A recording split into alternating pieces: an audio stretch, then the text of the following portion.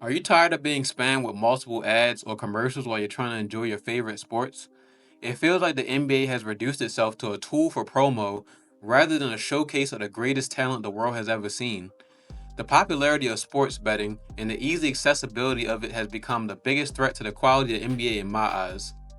Sports betting has been around for a while now, but within recent years, the mass legalization of it has now made it accessible to anyone that's interested. Before, sports betting was more of a low key operation that was out of the sight of the majority of the public. Today, anyone that lives in a state where it's legal and has access to a credit card is able to enter the greedy world of sports betting. We are halfway through the 2020s and it's already been an interesting set of years. We watched as a virus brought the world to a standstill and restricted a lot of our experiences that we become accustomed to. I know everyone remembers when Rudy Gobert jokingly touched all the mics in the interview as if he were infected, and then soon after an outbreak of the virus impacted the NBA and forced them to put a hold on the season. Due to the desperate times, I believe this is when the sports betting boom really began to take off. With so many people laid off or just in dire need of another source of income, sports betting was an attractive way you could increase your income. With companies like FanDuel, DraftKings, prizepicks, etc., that have tempting offers like these, it's almost wrong to not at least give it a try, right? Even if you aren't interested in sports betting, the hundreds of ads and product placements will be a constant reminder that there's always an opportunity just waiting. Not only do apps like YouTube and Twitch promote ads for this, but content creators are also getting sponsored to promote brands within their videos or content as well. Thankfully, I did not waste my time watching the NBA All Star game a couple weeks ago. Apparently, it became the QVC All Star game with all the long commercial breaks and multiple product placements being shoved in your face. Don't even get me started on Kevin Hart either. At this point, put the burger in the bag, bro. Please pack it up. Kevin Hart has not been funny since Kawhi was on the Spurs.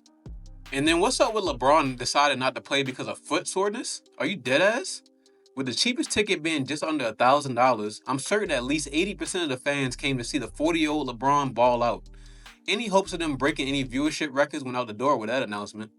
Adam Silver should have borrowed some of that invincibility serum from Roger Goodell that they injected into Mahomes' ankle 2 years ago in the Super Bowl. It possibly could have increased viewership, but hey, I guess it's too late for that now. The NBA's greed extends to the video game market as they have exclusive rights with Take-Two Interactive Software to make the NBA 2K series the only basketball game that can use their likeness. This eliminates any potential competition and allows the NBA to continue pulling the strings. Ironically, this was also around the same time where the public opinion of NBA 2K was truly becoming sour. The focus began to shift from a fun simulation basketball experience to them making sure their sponsors are happy and that their pockets are full. The My Career Story Mode experience used to offer a relatable, engaging story that would have you hooked from start to finish. But now, that's been replaced with insanely expensive in game purchases, less courts to play on, but double the product placement, and overall just a lifeless experience. A video game is supposed to be an escape from reality, but I'm beginning to wonder if there even is an escape from advertisement purgatory. The sports betting fever wasn't limited to fans. There are a couple NBA players that have gotten caught betting illegally. You would think making billions of dollars each year legally would be enough to satisfy someone, but I guess you could always make more. Jonte Porter, aka Mr. Bet on Myself Always, will literally describe the lineups and rotations in text to others while also betting on himself to score less than the amount of points that was posted for that bet that night. The operation didn't last long as he is now banned from the NBA and has become an example of what happens when you illegally bet on sports as an active player. Terry Rozier is currently in hot water and could be facing a similar future as Porter if this turns out to be true. The NBA is currently investigating a game back in 2023 when Rozier was on the Hornets, where he possibly was throwing his performance for a desired outcome.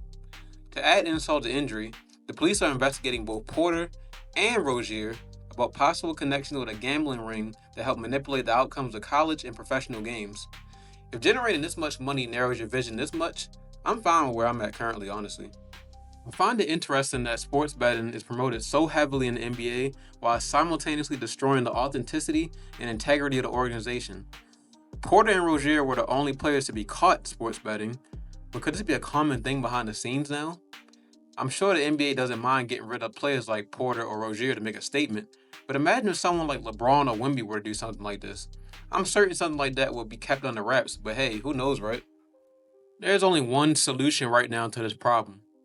The NBA must focus on creating a high quality, purely intentional experience around their product that connects with the fans more. Being driven by gaining more and more profit always leaves you feeling like you have less because it's never enough. There is no need to restructure the All Star game format or even add tournaments to the regular season schedule to gain more popularity. Start with the little things like making all live games easily accessible to anyone that wants to view them. Please, I beg of you, please reduce the amount of ads we are forced to watch. Creating a product that meets the needs of the users and generates satisfaction among many will naturally begin to bring in profits for your organization.